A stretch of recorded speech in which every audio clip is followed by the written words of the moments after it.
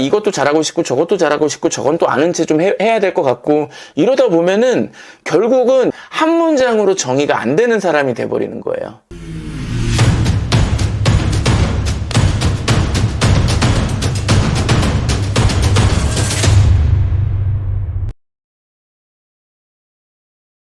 안녕하세요. 건강한 프랜차이즈 창업의 컨텐츠를 만드는 남자 인싸맨입니다. 제가 얼마 전에 이 프랜차이즈 본사 대표님과 티타임을 한 적이 있습니다. 근데 그 티타임을 하던 와중에 이런 말씀을 하시더라고요. 이 가맹점 모집을 위해서 이 가맹점 모집 광고 대행사들과의 여러 미팅을 하셨다고 합니다. 그런데 그 중에 한 대행사와 기본적으로 매월 몇백만 원의 광고비를 집행을 하셔야 되고 플러스 가맹 계약이 한 건 될 때마다 얼마의 수익을 우리에게 줘야 된다. 이제 그 내용이었어요. 오늘 영상은요, 프랜차이즈 본사를 위한 영상 같지만 이건 예비 창업자 분들 뿐만 아니라 프랜차이즈와 상관없이 이 영상을 보고 계시는 일반 직장인 분들, 시청자분들 모두에게 인사이트가 있는 내용입니다. 끝까지 시청하시면 우리가 놓쳤던 것들 아니면 우리의 마음을 우리도 모르게 불편하게 했던 것들에 대해서 솔루션을 찾을 수 있지 않을까라는 생각입니다.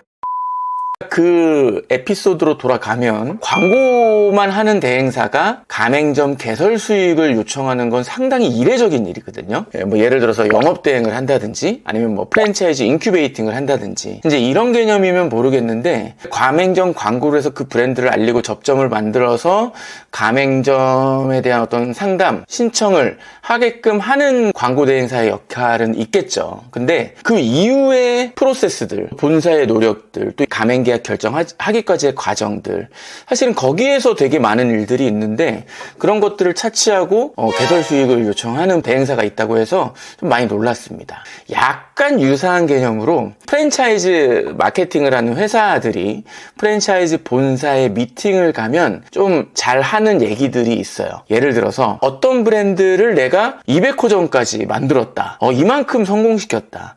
그리고 그 브랜드 예를 들어서 10년 됐다고 할게요. 그 브랜드 저희가 마케팅 맡았었다. 근데 좀만 더 깊게 들어가 보면 3개월을 맡았는지 5개월을 맡았는지 그런 것들은 모르는 거죠.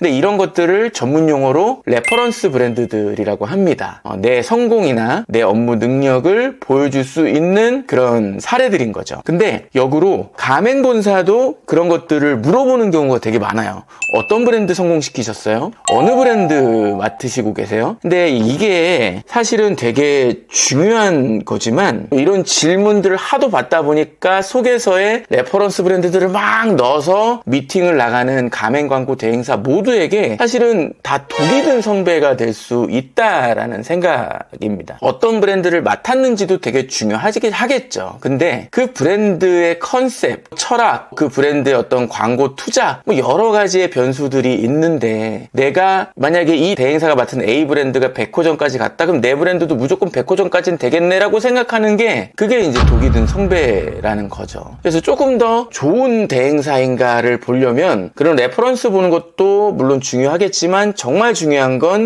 그 대행사가 만드는 컨텐츠를 보셔야 된다는 거죠. 이미지 광고라든지 가로 세로 정사각 영상 광고라든지 또 카피라든지 이런 것들을 보고 이 브랜드가 어떤 마인드나 이 프랜차이즈에 대한 철학 그리고 마케팅에 대한 스킬, 능력, 커뮤니케이션 능력들을 가지고 지금까지 이 대행업을 하고 있구나라는 것을 그렇게 보시는 게 오히려 더 중요한데 아직까지도 어떤 브랜드를 우리가 해서 이만큼 성공시켰다. 이 프레임 안에 너무 갇혀있는 대행사 본사들이 의외로 많다라는 거예요. 그러니까 포장과 과장에 우리도 모르게 의존을 하는 거죠. 그러다 보니까 어떤 병폐가 생기냐면 남의 것을 내 것처럼 얘기를 하는 거예요. 대행사들이.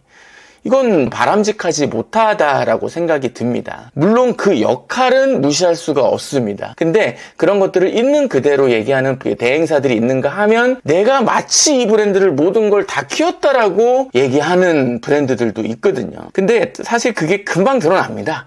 여담이지만 실제로 광고를 해보거나 그 이후에 컨텐츠를 받아보거나 업무 소통을 하다 보면 또 프랜차이즈에 대한 이야기를 나눠보면은 대행사의 깊이라든지 업무 스킬이 금방 또 드러나는 부분이기 때문에 이러면 이제 서로 또 불편해지는 거거든요. 저 같은 경우는 지금은 많이 비중을 줄였어요. 이 유튜브 영상에 조금 더 집중을 하기 전에는 톤 앤 매너가 똑같죠. 건강한 프랜차이즈 창업 광고 컨텐츠를 만드는 회사, 골목 창업이라는 서비스를 했는데 제가 두 가지 안 했어요. 제가 먼저 막 연락해서 저희 광고를 해달라는 얘기를 일단 안 했고요. 그리고 두 번째가 속에서도 보면은 레퍼런스에 레자도 없었습니다. 어떤 브랜드를 했냐 이런 페이지가 아예 없었어요. 그냥 제 얘기를 하고 제가 가맹점 모집 광고를 하는 컨텐츠들이 왜 다른지에 대해서 얘기를 하고 비교를 해주고 그런 것들에 대해서 얘기를 했지 절대 어떤 브랜드에 대한 어필 그리고 만약에 미팅을 나가면 그런 걸 이제 물어보는 본사들이 있잖아요. 물론 이해는 합니다. 뭐 어떤 질문을 해야 될지 모르거나 응당 그 질문이 먼저 물어봐야 되는 질문이다라고 생각을 하실 수도 있는 건데 전 되게 불편하더라고요. 그래서 그걸 있는 그대로 얘기를 했어요. 사실은 제가 광고를 잘해서 그 브랜드가 성장한 건 아닌 거거든요. 대행사도 마찬가지인 거죠. 그게 내 역량과 100% 싱크율을 가져가지는 않습니다. 물론 일정 부분 그 브랜드를 많이 알리고 트래픽을 통해서 브랜드의 인지도를 높이고 모르던 사람을 현장에 가게 한번 해보고 이런 것도 되게 큰 성과인 거죠. 근데 그게 가맹 사업을 하는 브랜드의 성장의 100%는 아니다라는 겁니다. 우리가 자영업 광고 하면은 지금도 안타깝게도 아프니까 사장이다 네이버 카페에 보면 그런 사기 사례들 피해 사례들이 많이 있는데 그런 그 업체들이 전화 상담할 때 가장 많이 얘기하는 게 우리랑 해서 어떤 매장이 원래는 2,500이었는데 예를 들어서 4천만 원, 5천만 원 매출이 나왔다. 우리가 그렇게 할 수 있다. 그러니까 5천만 원이라는 게 기준값이 돼버리는 거예요. 그건 아니잖아요. 그죠? 프랜차이즈 브랜드도 마찬가지죠. 브랜드가 다 다르다고 제가 말씀드렸잖아요. 매장도 마찬가지잖아요. 평수가 다를 거고, 업종이 다를 거고, 또 입지가 다를 거고, 점주님 역량이 다를 거고, 영업시간이 다를 거고, 판매가가 다를 거고, 맛이 다를 거고, 다 다른데 그냥 그런 거 다 차치하고 대행사들의 입장에서는 신규 매장이 네이버 플레이스 입점했네 뭐 해갖고 막 전화해가지고 이 매장의 상황을 아무것도 모르면서 무조건 저희가 5천만 원 안타까운 건 여기에 넘어가시는 분들이 되게 많다는 거예요. 그러다 보니까 이제 그런 피해나 사기 사례들이 나오겠죠. 근데 저는 이런 상황들이 좀 줄었으면 좋겠어요. 우리 인생이나 삶에 있어서도 너무 불편하잖아요. 서로 다 불편한 거예요. 근데 약간 비슷한 유형이 있는데 저도 강연을 하지만 저도 강사가 메인은 아닙니다. 강사가 메인은 아니고 정말 필요한 상황에서만 그렇게 조금씩 하고 있는데 강연을 보다 보면 유튜브 이제 뭐 자기 개발이나 여러 가지 그런 거 영상을 보다 보면 사례로만 얘기하시는 분들이 많이 있어요. 근데 그걸 전 잘못했다고는 생각하지 않습니다. 사례를 가지고 그걸 누군가에게 잘 가공하고 다듬고 재생산해서 또 다른 사람들에게 좋은 가치를 줄 수 있으면 그건 되게 좋은 일이잖아요. 그죠? 그 역시 아까 제가 앞서서 말씀드렸던 사례처럼 절대적인 건 아니다라는 것을 우리가 첫 번째 알아야 된다. 그리고 이 강연을 하시는 분들 입장에서는 그게 마치 내가 한 것처럼 얘기를 하면 안 되겠더라고요. 불편한 거예요. 그건 본인은 알고 있잖아요. 그죠? 근데 그게 내가 한 것도 아닐 뿐더러 내가 듣기만 한 걸 가지고 내가 모든 걸 다 경험한 것처럼 얘기하는 거 그거는 저는 잘못됐다라는 생각입니다. 저 같은 경우는 이 외식 프랜차이즈 거의 14년 정도 슈퍼바이저도 많이 하면서 정말 수많은 가맹점주님들도 많이 뵙고 수많은 매장들의 오픈도 하고 다양한 역할들을 하면서 이제 회사를 나와서는 다른 프랜차이즈 브랜드들 또 그 안에서 많이 배웠을 거 아니에요.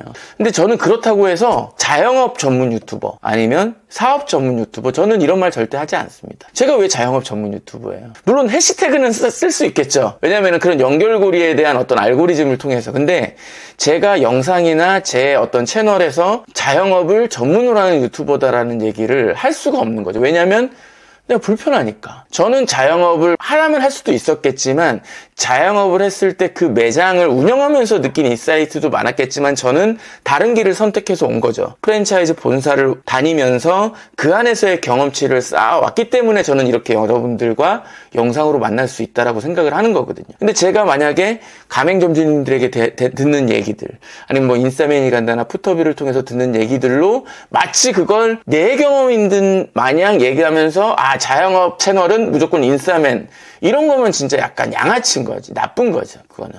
보다 보면 그게 있더라고요. 예, 있고 좀 아쉽습니다. 아쉽고 저는 그냥 건강한 프랜차이즈 컨텐츠를 만드는 사람인 것만. 딱 이거예요. 근데 그런 예비 창업자분들과 커뮤니케이션 할 수 있고 가맹본부와도 소통을 할 수 있는 가맹본부 그런 실무 능력 경험들이 많이 있으니까 이런 거죠. 물론 여기서 저만의 어떤 독창성이 만들어지지만 이 카테고리 안에서도 해야 할 일들도 많고 이 영상 채널을 통해서도 해야 할 역할이나 일이 많다라고 생각을 하는데 거기 어디 제가 한 숟갈을 얻겠다고 뭐 자영업 유튜버라는 또 키워드를 끌고 들어온다? 그럼 오히려 본질도 흐려질 뿐더러 제가 불편해지는 거.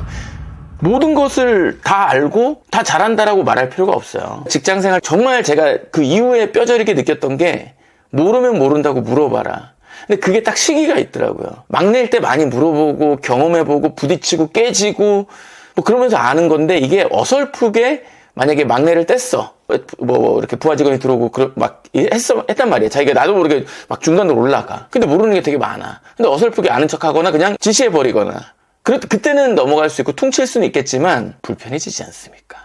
그러니까 약간 솔직해질 때가 서로가 제일 편한 것 같아요. 관계든 아니면 내 일이든 내 스스로와의 약속이든 간에 정말 그냥 금방 드러납니다. 예.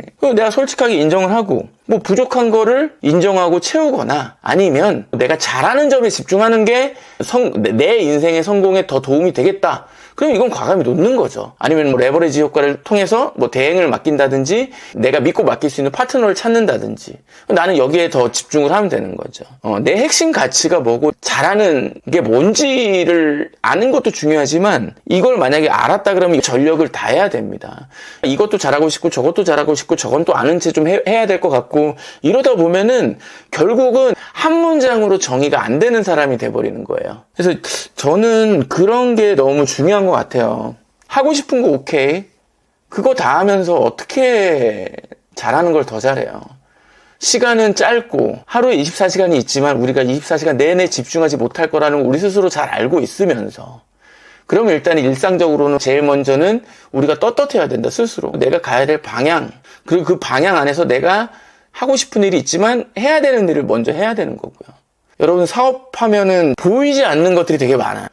내 본업을 잘하기 위해서 내 사업을 잘하기 위해서 내가 정말 하기 싫어도 맨날 해야 되는 일이 있고 정말 나를 갈고 닦아야 되는 일들이 있습니다. 그냥 보이는 것만 잔대려고 하다 보면은 소재 찾기도 없어. 그거 그렇잖아요. 예. 남들에게 보여주는 데에만 자꾸 초점을 맞추다 보면은 알맹이가 없는 거예요. 빈약하다는 걸 내가 알잖아요. 그럼 그게 이제 느낌이 오거든요. 근데 그걸 애써 숨기고 계속 포장하고 그냥 외부 활동에만 집중하고 저는 이런 거보다 내가 약간 그런 게 왔어. 그러면 외부 활동을 좀 줄이고 내면적인 성장이나 실력적인 성장을 위해서 언제까지는 조금 좀 집중을 해야겠다. 뭐 이런 어떤 로드맵을 스스로에게 제시를 할 줄 알아야 된다. 그러니까 결국은 자기 자신에게 브레이크를 거는 거죠. 그거는 자기밖에 없습니다. 저도 약간 그런 시기예요. 예를 들어서 강연이나 코칭이나 이런 외부 활동 많이 하다 보면은 물론 보람 있는 순간도 많고 일도 많고 하지만 스스로에 대해서 약간 바닥이 난다라는 느낌이 들거든요. 그러니까 제 밑바닥 이런 개념이 아니라 뭔가 고갈이 됐어. 내 에너지를 많이 썼어. 뭔가 도움이 됐어.